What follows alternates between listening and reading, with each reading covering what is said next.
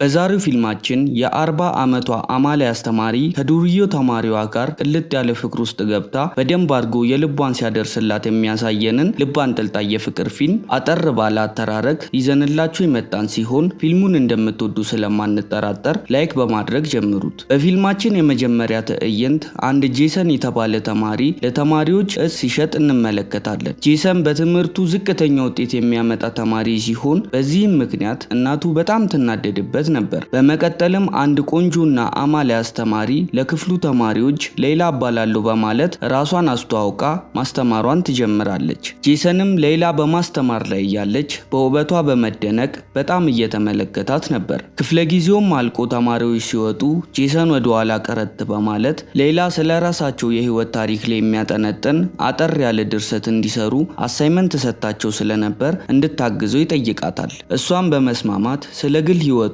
ትንሽ እንዲነግራት ትጠይቀዋለች። ጄሰንም ኮስተር ብሎ እኔ ስላንቺ ምን የማውቀው ነገር አለ በማለት ይመልስላታል። ሌላም ጄሰን ባለው ነገር ግራ በመጋባት እሺ ስለኔ ምን ማወቅ ትፈልጋለህ ብላ ትጠይቀዋለች። እሱ ግን ምንም ሳይላት ትቷት ከክፍሉ ወጥቶ ይሄዳል። እሷም ግራ በመጋባት ተከትለው ልታወራው ስትሞክር አንድ አስተማሪ ታገኛትና ጄሰን ዱርዬ እንደሆነ ትነግራታለች። በቀጣዩም ቀን ጄሰን የሰራውን ድርሰት በተማሪዎች ፊት ወጥቶ ያቀርባል። ሌላም ድርሰቱን ከሰማች በኋላ በሱ ችሎታ በጣም ትደነቃለች። ከክላስ በኋላም ጄሰንን እንደምትፈልገው ነግራው በሱ ውስጥ ትልቅ ተሰጥኦ እንዳለ ውጤቱንም ማሻሻል እንደሚችል ትነግረዋለች። ልታስተምርም ስትገባ ጄሰን መጥፎ ሙድ ላይ እንዳለ ታስተውላለች። ትምህርቱም ሲያልቅ ብቻውን ጠርታው ምን እንደተፈጠረ ጠየቀችው። እሱም አንድ ዱርዬ ታላቅ ወንድም እንዳለውና አሁን ላይ እስር ቤት እንደሚገኝ ይነግራታል።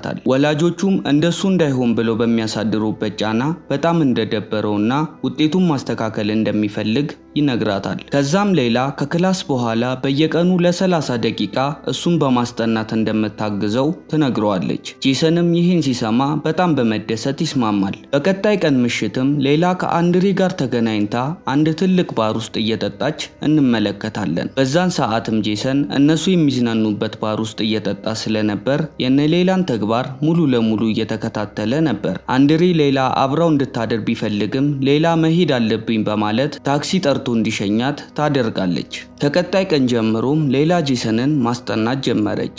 በአንድ ቀን ምሽትም ሌላ ከእናቷ ጋር ስልክ በማውራት ላይ እያለች ጄሰን መጥቶ በሯን አንኳኳ። ተነስታም ስትከፍት ተደባድቦ ፊቱ ደም በደም ሆኖ ነበር። ከዛም ደንግጣ ስልኩን ዘግታ ወደ ቤት በማስገባት ደሙን ጠርጋለት አረጋግታ አስቀመጠችው። በመቀጠልም ለምን እንደዚህ እንደሆነ ስትጠይቀው ሊነግራት ፍቃደኛ አልነበረም። ወደ ቤቱ ለመሄድ ሲነሳ እኔ አደርሰሃለሁ በማለት መኪናዋን በማስነሳት ጉዞ ጀመሩ። ትንሽም ከሄዱ በኋላ በመንገድ ላይ የሚያምር ቦታ ያይና መኪናውን አስቁሟት ዝናብ ላይ ያስወርዳታል። ከዛም አይኗን በማየት ሊስማት ይጠጋል። ከዛም አይሆንም በማለት አስቁማው ወደ መኪናው ትገባለች። ቤትም ካደረሰችው በኋላ በተማሪና በአስተማሪ መሃል እንደዚህ አይነት ነገር መፈጠር የለበትም፣ ድጋሚ እንደዚህ አይነት ነገር እንዳትሞክር ትለዋለች። ጄሰንም በጣም በመናደድ ትቷት ከመኪናው ወርዶ ይሄዳል። በነጋታውም የጄሰን እናት ቤቱን በማጽዳት ላይ ያለች የጄሰንን የፈተና ወረቀቶች ትመለከትና ውጤቱ በጣም እየተሻሻለ እንደሆነ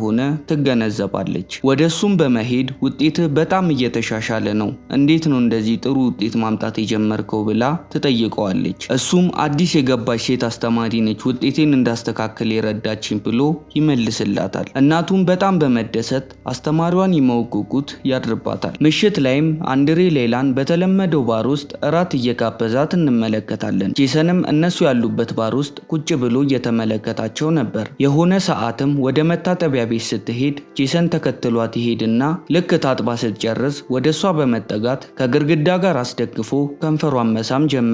ሌላም በጣም ስሜት ውስጥ ብትገባም ራሷን ተቆጣጥራ ወደ አንድሬ ትመለሳለች። ነገር ግን ሌላ ሀሳቧ እንዳለ ጄሰን ጋር በመሆኑ ከሱ ጋር ምንም መዝናናት አልቻለችም። ከዛም ወደ እናቷ መሄድ እንዳለባት ሰበብ ፈጥራ ትታው ትሄዳለች። በመቀጠልም ቤት ከገባች በኋላ ጄሰን መጥቶ በሯን ማንኳኳት ይጀምራል። ከዛም ሌላ በጣም አፍቅረው ስለነበር በሩን ከፍታ ከፍታ ታስገባዋለች። ሌሊቱንም በደንብ አድርጎ እያስደሰታት የማይረሳ ጊዜ ያሳልፋሉ።